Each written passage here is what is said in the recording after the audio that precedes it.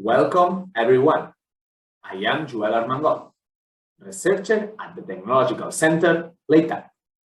LEITAC collaborates in the generation of technological knowledge and its application for the development and reinforcement of the competitive capacity of companies in the field of technology, innovation, and sustainability. For the CleanTech course, we have prepared Unit 4.1, covering an introduction to waste management. And if you are ready, we can start. I will share the slide with you and briefly introduce what we'll be talking about today. First, I will discuss the current textile waste management, followed by legal and social aspects and policies, and then the standards on recycled contents. And to finish, the problems and sustainability, challenges and outcomes. Starting with the first part of the unit, section 4.1.1, concerning the current management of textile waste. I will first give you a brief introduction to provide you with some more context on the subject. The first important point to highlight is the so-called waste management hierarchy. The waste hierarchy is a tool and conceptual framework designed to guide and run waste management decisions at both the individual and organizational level. It gives top priority to waste prevention and reduction, followed by reuse, recycling, and recovery before final disposal. This framework serves as an evaluation tool of processes aimed at environmental protection in relation to resource and energy consumption, classifying actions from most to least favorable. Thereby, the hierarchy indicates the preferred priorities in line with sustainability criteria, while acknowledging the need for a holistic and integrated approach to waste management that looks beyond end-of-the-line solutions. Furthermore, the waste hierarchy helps us rethink our relationship with waste based on 5 steps that are ranked in terms of what priority they should take. This is often illustrated as a 5 or 6-tier inverted pyramid, as you can see here. I now will break down the pyramid to define each step and indicate an order of preference for actions to reduce and manage waste. The hierarchy captures the progression of a material or product through successive stages of waste management and represents the latter part of the life cycle for each product. The first and largest block in the pyramid concerns prevention and reduction. Preventing the generation of waste in the first place is the most effective way of avoiding the associated environmental impacts, for example, through redesigned products and processes, or changing societal patterns of consumption and production. It is also about encouraging industries, communities, and governments to reduce their use of virgin raw material in the production of goods and services. The idea here is to maximize efficiency and prevent unnecessary consumption of resources through steps such as procuring raw materials that come with the least packaging or require the fewest resources to refine, avoiding disposable or single-use goods, procuring materials that are recycled or can be recycled, repaired, or reused. Next in the pyramid is the reused block, including the preparation of materials or products for reuse to give them a second life before they become waste. Preparing materials for reuse in their original form is the second best approach to waste management.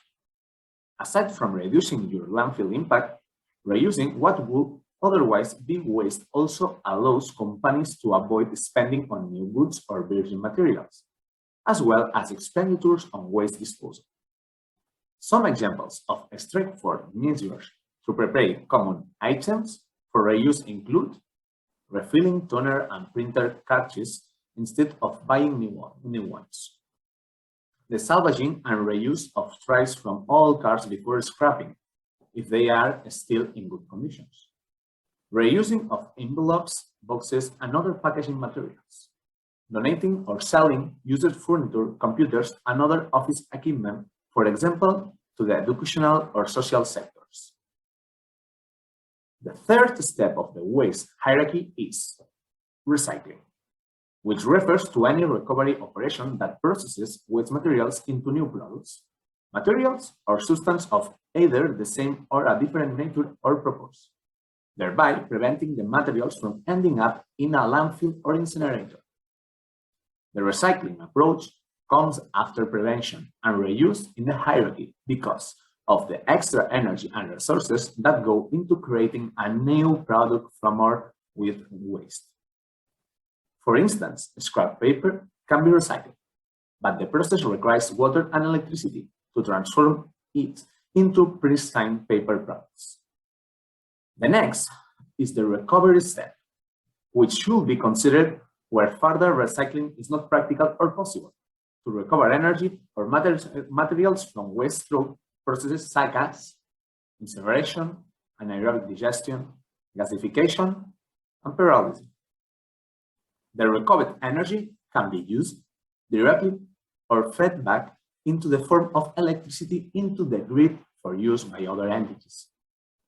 Lastly, the disposal step is the last and the most unsustainable option in the waste hierarchy that should only be applied if there are not other alternatives in line with any or all of the previous steps. It implies waste disposal by means of, for example, landfilling or incineration without energy recovery or other finalist solutions. So, to follow up on current textile waste management, we need to talk about related collection models. Regarding the disposal of textile waste, it is important to differentiate between, for example, the private citizen and companies or other larger entities, as the quantities of waste generated are very different. While individual citizens produce a limited amount of waste, companies can generate huge quantities that require different ways of waste collection. First, regarding citizens, more than 90% of the collection takes place via clothing and footwear containers, both on the street and in public or private establishments, including municipal waste management bodies. Second, regarding companies, for specific collection associated with economic activities, bulk collection is carried out at the production site, where the textile waste has previously been prepared in sacks, cages, etc. So, which kind of other models exist for the collection and reduction of textile waste? For example, door-to-door. Door-to-door selective collection consists in leaving out refuse for municipal collectors outside your front door, on given days and at given times for each fraction. Using a door-to-door system, all domestic fractions can be collected from the street. Final waste, glass, packaging, paper, and cardboard, as well as including textile waste. Alternatively, only certain fractions can be collected, including at least general waste and organic waste, with the street containers for the other fraction. The results of selective collection achieved in municipalities operating door-to-door systems are superior in general, both in the amount collected and the quality of separation, which generally reach between 60 and 80%. Implementation of door-to-door collection is simpler in areas with lower population density, where it is easier to identify the individual's refuse. Implementing door-to-door collection systems requires a change of habits on the part of the public, which must be achieved through an adequate communication campaign. Another option is using a recycling center, which is any facility that is maintained and operated for the purpose of receiving, collecting, and proposing sources separately, recyclable materials for resale or transfer. Everybody can go there to dispose their waste. Social programs.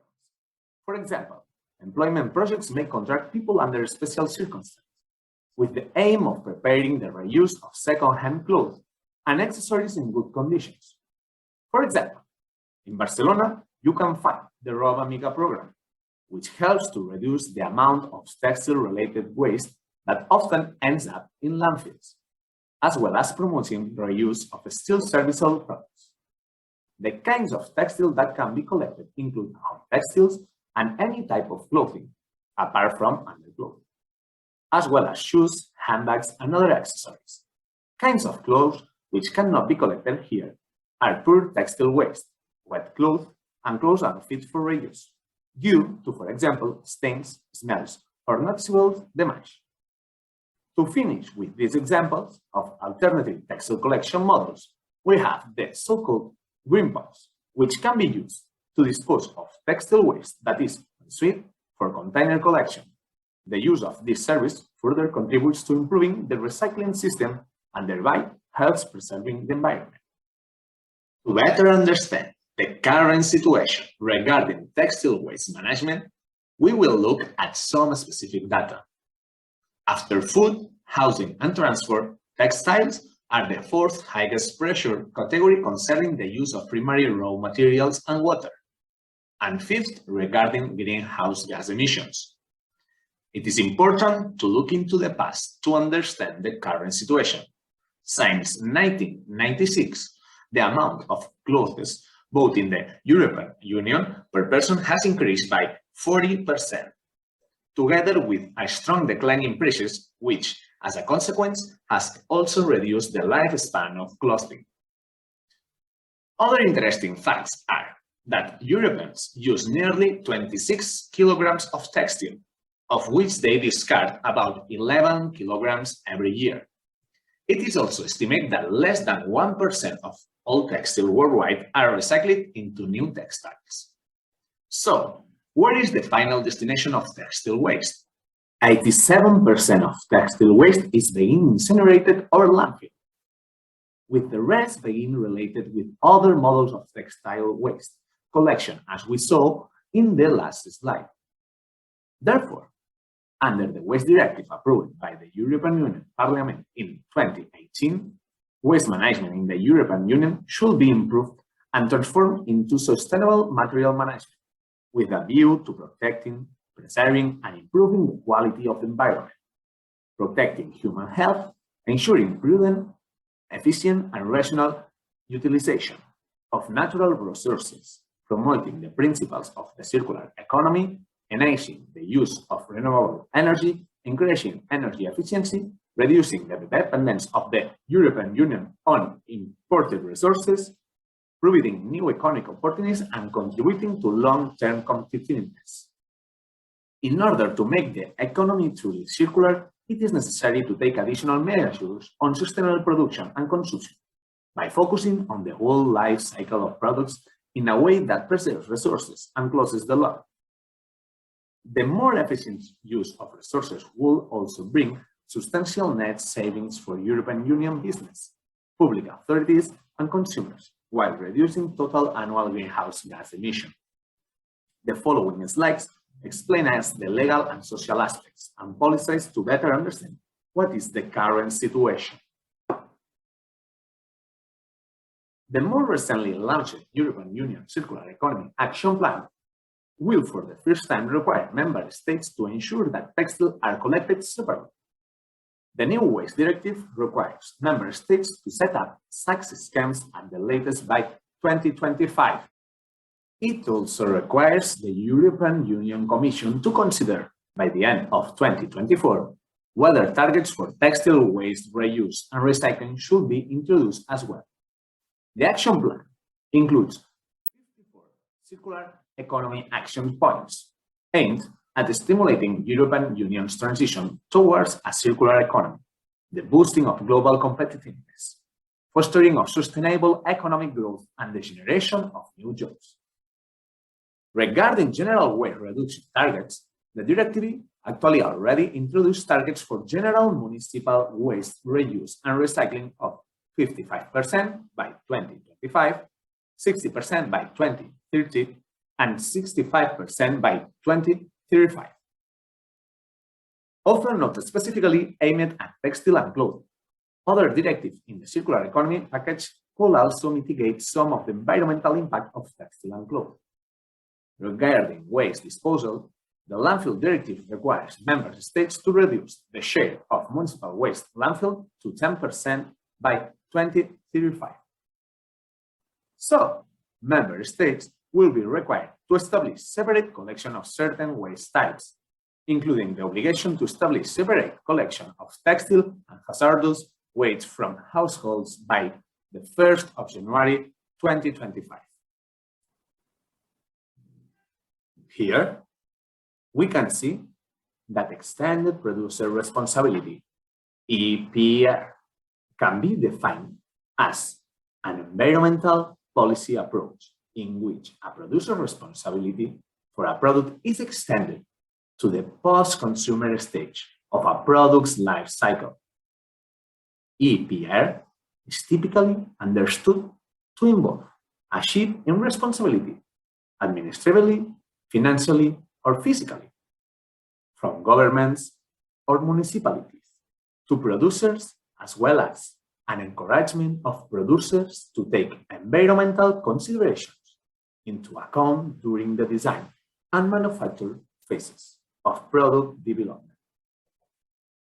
So, EPR uses financial incentive to encourage manufacturers to design environmentally friendly products by making producers responsible for the end-of-life handling cost of their products. This policy approach, which differs from product stewardship, which is shared responsibility throughout a product chain of custody. It attempts to relieve local governments of the cost of handling certain priority products by requiring manufacturers to standardize the cost of recycling within the price of the product. Therefore, the desired results are that the EPR seeks to achieve a reduction in the environmental impacts of products throughout their lifespan, from production through end of life. In the textile sector, EPR seeks to promote sustainable and treatment of textile waste in accordance with the waste hierarchy. And finally, to implement measures to extend producer responsibility to cover the whole product life cycle via new business models. On this slide, we learn about the standards on recycled contents as a sustainability criterion.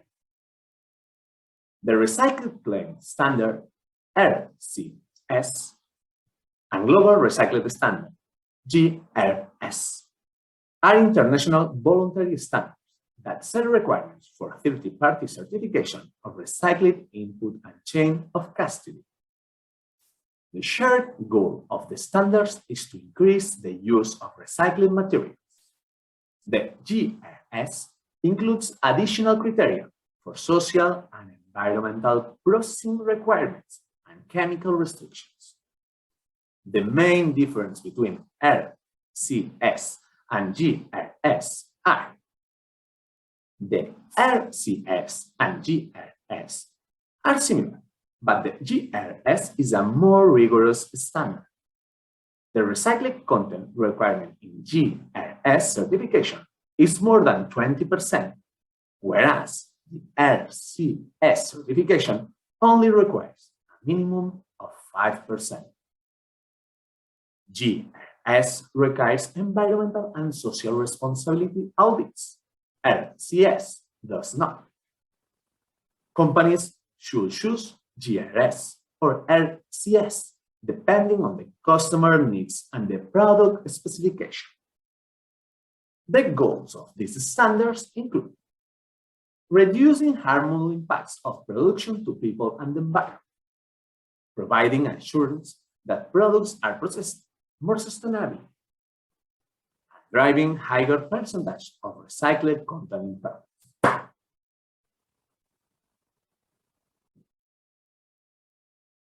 As demonstrated in Unit 2.2 and 3.3 of the modules number 2 and number 3, where I introduced the concept of sustainability and environmental impacts associated with textiles, here we will learn about some more challenges and facts on the subject. In this slide, we can see the environmental impacts regarding water use and pollution. Regarding water use, it takes a large amount of water to produce textiles, in addition to land for growing cotton and other fibers. It is estimated that the global textile and clothing industry used 79 billion cubic meters of water in 2015, while the needs of the European Union's whole economy amounted to 166 billion cubic meters in 2017.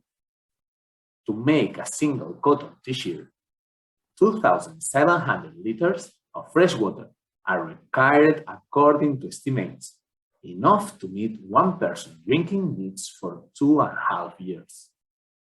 Regarding water pollution, as you know, water pollution is the release of substance into bodies of water that makes water unsafe for humans' use and disrupts aquatic ecosystems.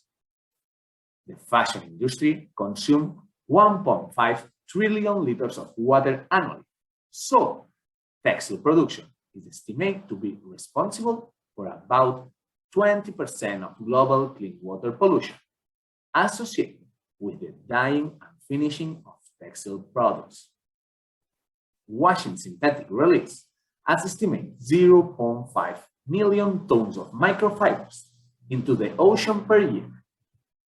Laundering synthetic clothes accounts for 35% of primary microplastic released into the environment. A single laundry load of polyester clothes can discharge 700,000 microplastic fibers that can end up in the food chain. 1/5 of cotton global water footprint is related to pollution. Wastewater is often directly discarded into waterways, where it mixes with freshwater sources. While conventional wastewater treatments are energy intensive, there are so many innovative technologies that can allow more environmentally friendly separation of water and toxins. As water is key to sustainable development, more research on water filtering technologies for recycling and reusing is necessary to reduce pollution. We will continue with environmental impact related to textiles that are disposed of in landfills or incinerated. In addition, we will understand the impact related to the greenhouse gas emissions associated with the waste of textile sector. As we saw before in model number 3, the way people dispose of unwanted clothes has also changed, with items being thrown away rather than donated. Second-hand clothes can be reused directly or be exported outside the European Union, but are currently mostly 87% incinerated or landfill. So, most of them are still discarded and subsequently incinerated, or they end up in a landfill where they release methane. Focusing on greenhouse gas emissions, it is estimated that the fashion industry is responsible for 10% of global carbon emissions, more than international flights and maritime shipping combined. According to the European Environment Agency, textile purchases in the European Union in 2017 generated about 654 kilograms of CO2 emissions per person. And finally, the global textiles and clothing industry were responsible for 1,715 million tons of CO2 emissions in 2015.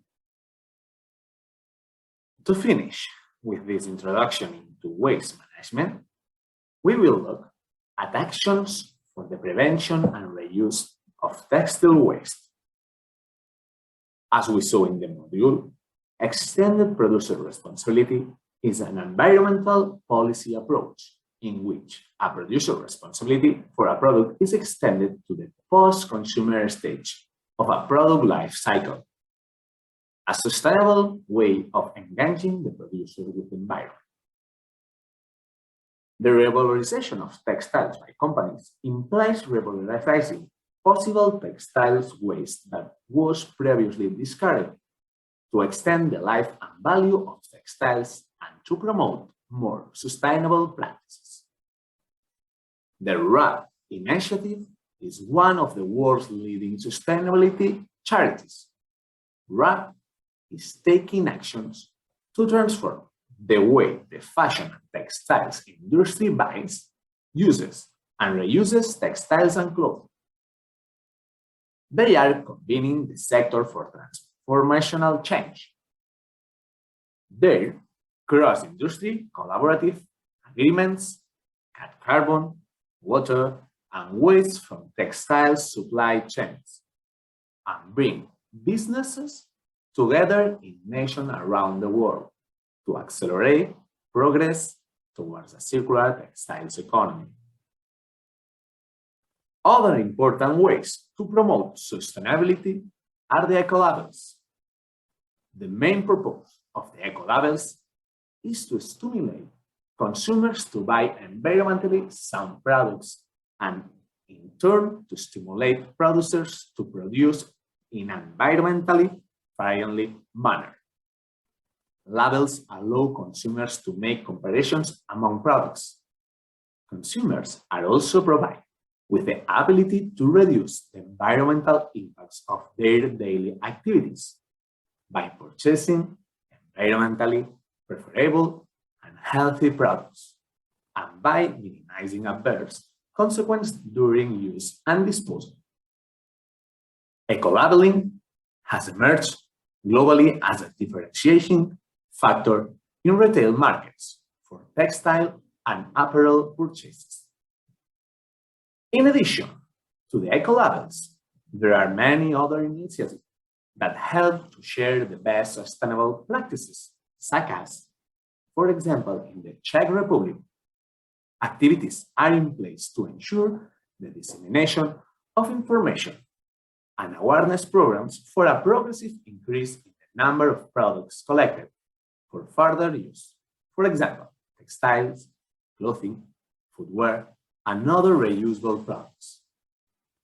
Also in Greece, a voluntary event is being implemented to sell used clothes before the start of the school year. Regarding examples of eco-friendly policies, we have Norway. Norway gives support to stricter international regulations regarding the use of chemicals in textiles. Sweden and Austria have reduced the value-added tax on the repair of bicycles, shoes, leather goods, clothing, and electrical appliances. Belgium also has a low value-added tax on the repair of clothing, with only 6%. And Denmark works to establish environmental targets for public procurement of textiles and textile services. Switching or swapping means exchanging clothes, and clothing swap is a type of swap meet during which participants exchange their value, but no longer use it, clothing for clothes that they will use. A clothing swap underlines the difference between end of use and end of life items to maximize their use. Similar to swimmage and swapping is the fashion library, which is an example of a collaborative consumption business model for extending the life cycle of textiles. A monthly membership fee, often between 30 or 60 euros, allows members to borrow a specific number of pieces of clothing in a set time, typically a few weeks. Clothing libraries can extend the life cycle of garment 2 to 4 times and proportionally reduce the production of new clothing and the associated waste generation and other environmental impacts. On the two final slides, you can find the main reference indicating the sources of information used in this presentation. Thank you very much for your attention.